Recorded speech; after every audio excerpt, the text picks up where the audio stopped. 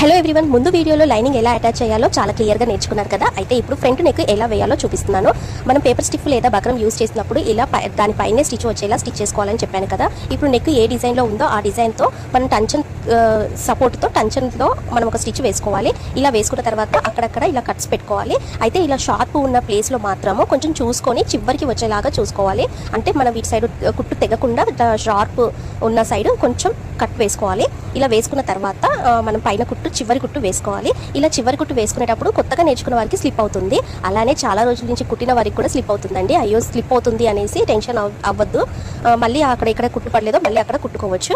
అయితే ఇలా స్లిప్ అవ్వకుండా ఉండడానికి బాగా చివరి కుట్టు వేయడం ప్రాక్టీస్ చేయండి. First of all waste cloth తీసుకొని మనం కుట్లు వేయడం నేర్చుకోవాలి. స్ట్రైట్గా క్రాస్గా ఇలా బెలకలు తిరుగుతూ కుట్లు వేసుకుంటూ ఉంటే ఇలాంటి స్టిచ్చింగ్ వేసేటప్పుడు చాలా ఈజీగా అనిపిస్తుంది. కొత్తగా నేర్చుకునే వారి కోసం నేను చెప్తున్నాను. కొంచెం వేస్ట్ క్లాత్ తీసుకొని స్టిచ్చింగ్ వేయడం కూడా నేర్చుకోండి. ఇలా చివరి కుట్టు వేసిన తర్వాత షోల్డర్ ఎలా అటాచ్ చేయాలో కూడా నెక్స్ట్ వీడియోలో మీకు క్లియర్గా చెప్తాను. ఇప్పటివరకు ఈ వీడియో అర్థమవుతుంది. ప్లీజ్ లైక్ చేయండి, షేర్ చేయండి, ఇలానే వాచ్ చేస్తూ ఉండండి. Thank you for watching.